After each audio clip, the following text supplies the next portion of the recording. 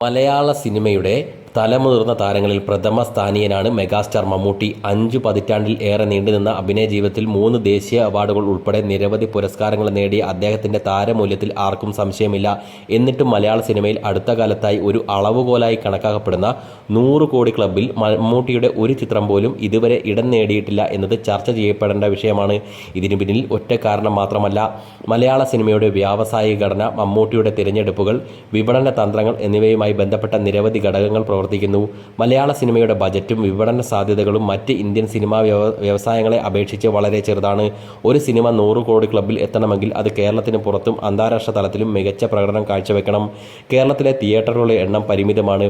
ഇവിടെ നിന്ന് മാത്രം ഒരു സിനിമയ്ക്ക് 100 കോടി നേടുക എന്നത് ഏറെക്കുറെ അസാധ്യമാണ്. ഒരു സിനിമ 100 കോടി നേടുമ്പോൾ അതിൽ വലിയൊരു പങ്കും ഓവർസീസ് മാർക്കറ്റിൽ നിന്നും മറ്റ് ഇന്ത്യൻ സംസ്ഥാനങ്ങളിൽ നിന്നുമാണ്.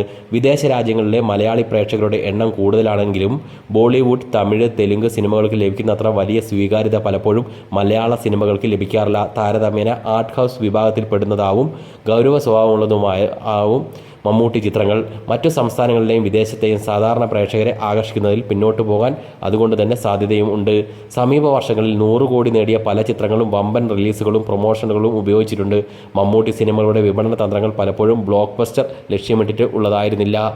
മലയാളത്തിലെ സൂപ്പർ താരങ്ങളിൽ നിന്ന് മമ്മൂട്ടിയെ വ്യത്യസ്തനാക്കുന്നത് അദ്ദേഹത്തിന്റെ കഥാപാത്രങ്ങളോടുള്ള സമീപനമാണ്. 100 കോടി ക്ലബ്ബിൽ എത്താത്തതിന് ഒരു കാരണം ഒരു പക്ഷേ അദ്ദേഹത്തിന്റെ ഈ തിരഞ്ഞെടുപ്പുകൾ ആയിരിക്കാം. മമ്മൂട്ടി വാണിജ്യ സിനിമകളെക്കാൾ കലാപരമായ മൂല്യത്തിനും അഭിനയ സാധ്യതയ്ക്കും പ്രാധാന്യം നൽകുന്ന സിനിമകൾക്ക് മുൻഗണന നൽകിയിട്ടുണ്ട്.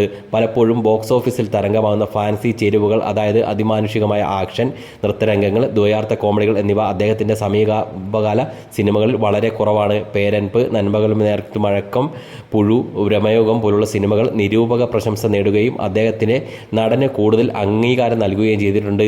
എന്നാൽ ഇവ ബോക്സ് ഓഫീസിൽ വലിയ കളക്ഷൻ നേടുന്ന വാണിജ്യ ചിത്രങ്ങളുടെ ഗണത്തിൽ പെടുന്നവയല്ല. പുതിയ സംവിധായകർക്കും പ്രമേയങ്ങൾക്കും അദ്ദേഹം അവസരം നൽകുന്നു.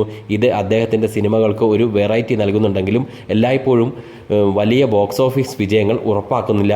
100 കോടി നേടുന്നതിൽ പരാജയപ്പെടുന്നു എന്നത് അദ്ദേഹത്തിന്റെ താരമൂല്യത്തിൻ്റെയോ അഭിനയ മികവിൻ്റെയോ പോരായ്മയായി കണക്കാക്കാനാവില്ല. മറിച്ച് സംവിധായകൻ എന്ന നിലയിൽ നടൻ എടുക്കുന്ന തിരഞ്ഞെടുപ്പുകളുടെ സ്വാഭാവിക ഫലമാണ്.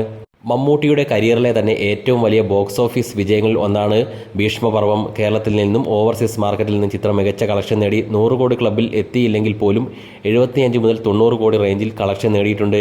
ഇത് സൂചിപ്പിക്കുന്നത് കൃത്യമായ വാണിജ്യ ചേരുവകളും മാസ് അപ്പീലും ഉള്ള ഒരു മമ്മൂട്ടി ചിത്രം 100 കോടി ക്ലബ്ബിൽ എത്താൻ സാധ്യതയുണ്ട് എന്നാണ്. മമ്മൂട്ടിയുടെ ഉടമസ്ഥതയിലുള്ള മമ്മൂട്ടി കമ്പനി നിർമ്മിക്കുന്ന സിനിമകൾ, ഉദാഹരണത്തിന് നന്മകൾ നേർത്ത് മയക്കം, കണ്ണൂർ സ്ക്വാഡ് എന്നിവ ഇന്ന് ബോക്സ് ഓഫീസിൽ ശ്രദ്ധേയമായ പ്രകടനം കാഴ്ചവെക്കുന്നുണ്ട്. ഇവ ബഡ്ജറ്റഡ് സിനിമകളാണെങ്കിലും ഉള്ളടക്കത്തിന്റെ മികവ് കൊണ്ട് ലാഭം നേടുന്നുമുണ്ട്. മമ്മൂട്ടിയുടെ സിനിമകൾ 100 കോടി ക്ലബ്ബിൽ വരാത്തതിന്റെ പ്രധാന കാരണങ്ങൾ മലയാള സിനിമയുടെ താരതമ്യേന ചെറിയ വിപണിയും കലാപരമായ മൂല്യത്തിന് മുൻഗണന നൽകിക്കൊണ്ടുള്ള മമ്മൂട്ടിയുടെ സിനിമാ തിരഞ്ഞെടുപ്പുകളുമാണ്. എന്നിരുന്നാലും അദ്ദേഹത്തിന്റെ താരമൂല്യത്തിന് ഇന്നും യാതൊരു കോട്ടവും സംഭവിച്ചിട്ടില്ല.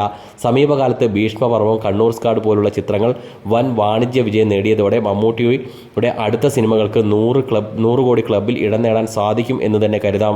100 കോടി എന്നത് ഒരു നടന്റെ അഭിനയ മികവിൻ്റെയോ ജനപ്രീതിയുടെയോ ഏക അളവുകോലായി കണക്കാക്കേണ്ടതില്ല. വൈവിധ്യമാർന്ന കഥാപാത്രങ്ങളിലൂടെയും മികച്ച പ്രകടനങ്ങളിലൂടെയും മലയാള സിനിമയെ മുന്നോട്ട് നയിക്കുന്നതിൽ മമ്മൂട്ടിയുടെ പങ്ക് അതുല്യമാണ്. നിലവിലെ പ്രവണതകൾ അനുസരിച്ച് വാണിജ്യപരമായി വിജയിക്കാൻ സാധ്യതയുള്ള അടുത്ത ഏതെങ്കിലും ഒരു മമ്മൂട്ടി ചിത്രം 100 കോടി ക്ലബ്ബ് എന്ന നാഴികക്കല്ല് മറികടക്കാൻ സാധ്യതയുണ്ട്.